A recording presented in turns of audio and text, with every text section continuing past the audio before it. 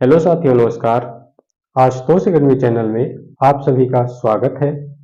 और आज हम हिंदी के एक नई वीडियो के साथ आप सभी के समक्ष उपस्थित हैं। जैसा कि हमने पिछले वीडियो में देखा था, विभिन्न आधारों पर शब्दों का वर्गीकरण, जिसमें हमने 4 आधारों पर शब्दों का वर्गीकरण किया था। जिसमें हमारा था उत्पत्ति के आधार पे, दूसरा था प्रयोग के आधार पे, तीसरा था रचना के आधार पे, वहीं शब्द का चौथा वर्गीकरण था अर्थ के आधार पे।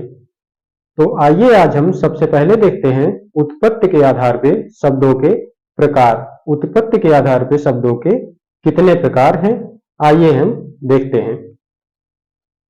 तो आज का हमारा टॉपिक है उत्पत्ति के आधार पे शब्दों के प्रकार।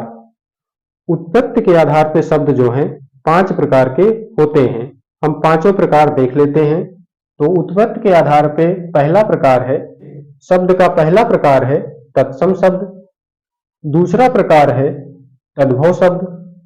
उत्पत्ति के आधार पे तीसरा प्रकार है शब्दों का देशज या देशी जिसे कहते हैं। अगला प्रकार है विदेशज, जिसे हम लोग विदेशी भी कहते हैं। अगले प्रकार की बात करें तो अगला है संकर शब्द। तो इस वीडियो में हम इन पांचों प्रकारों में से तत्सम और तद्भव को कुछ विस्तार से पढ़ेंगे। तो चलिए हम देखते हैं तत्सम शब्द हमारे क्या होते हैं। तो उत्पत्ति के आधार पे पहला प्रकार है शब्द का तत्सम शब्द। तत्सम शब्द जो है 2 शब्दों से निर्मित है, 2 शब्दों से बना हुआ है। पहला शब्द है तत् और दूसरा शब्द है सम। तत् का अर्थ हुआ उसके और सम का अर्थ हुआ समान। उसके समान, किसके समान? अर्थात संस्कृत के समान। हिंदी में अनेक शब्द संस्कृत से आए हैं और आज भी उनका प्रयोग ज्यों का त्यों रूप में किया जा रहा है। अतः संस्कृत के ऐसे शब्द जिसे हम ज्यों का त्यों प्रयोग में लाते हैं तत्सम शब्द कहलाते हैं।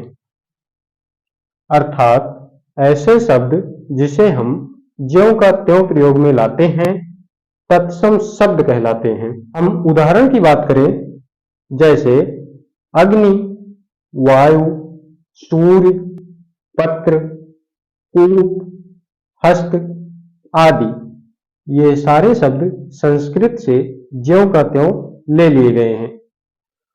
वहीं हम उत्पत्ति के आधार पे शब्दों के अगले प्रकार की बात करें तो अगला प्रकार है शब्दों का तद्भव शब्द।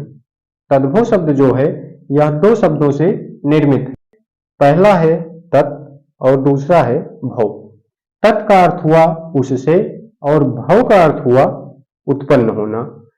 उससे उत्पन्न होना अर्थात संस्कृत शब्दों के विकृत रूप या परिवर्तित रूप को ही तद्भव शब्द कहते हैं। तो वे शब्द जो संस्कृत, पाली, प्राकृत, अपभ्रंश, हिंदी में पहुंचते हैं वे तद्भव शब्द कहलाते हैं। जैसे हम उदाहरण की बात करें तो कंघी है, आम है, करेला है, आग है। कंघी का अगर हम तत्सम देखें तो कंघी का तत्सम हो जाता है कंकती।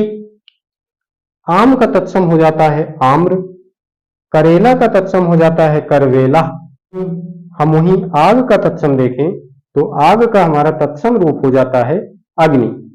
तत्सम और तद्भव शब्द में ध्यान देने वाली बात यह है कि तो संस्कृत के सभी शब्दों का तद्भव रूप नहीं होता, किंतु सभी तद्भव शब्दों का तत्सम रूप अवश्य होता है। अर्थात संस्कृत के सभी शब्दों का तद्भव रूप नहीं होता, लेकिन सभी तद्भव रूप का तत्सम रूप होता है। तो इस प्रकार हमने उत्पत्ति के आधार पे शब्दों के प्रकारों में हमने आज 2 प्रकार की चर्चाएं की। हमने आज 2 प्रकार पढ़े जो हैं हमारे तत्सम और तद्भव। इसके अगली वीडियो में हम पढ़ेंगे देशज, जिसे देशी कहते हैं, विदेशज, जिसे विदेशी कहते हैं, और संकर शब्द के बारे में। तो वीडियो आपको कैसा लगा कमेंट बॉक्स में अपने विचार जरूर प्रस्तुत कीजिए। मिलते हैं अगले वीडियो में हिंदी के एक नए टॉपिक के साथ। धन्यवाद।